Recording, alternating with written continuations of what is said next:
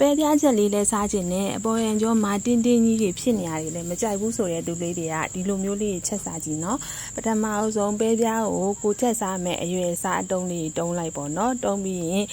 ဒဲပိုင်းလေးကိုထည့်ပြီးရောရေထည့်ပြီးစားလေးထည့်ပါစားလေးထည့်ပြီးဖုံးလေးအုပ်ပြီးခဏလောက်ပြုတ်ထားပြီးနော်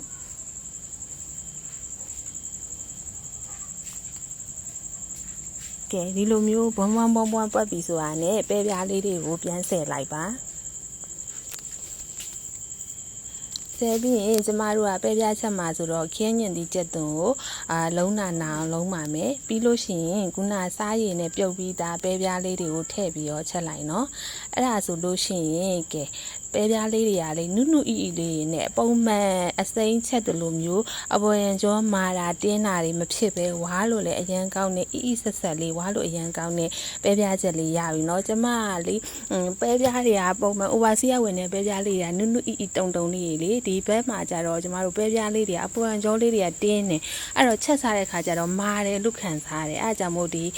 ပဲပြားကိုကျမချက်စားလို့ရှိရင်အမြဲတမ်းပဲစားရည်လေးပြုတ်ပြီးချက်စားပါတယ်အဲ့ဒါလေးလာပြီးမျှဝေပေးရပါကျေးဇူးပါရှင်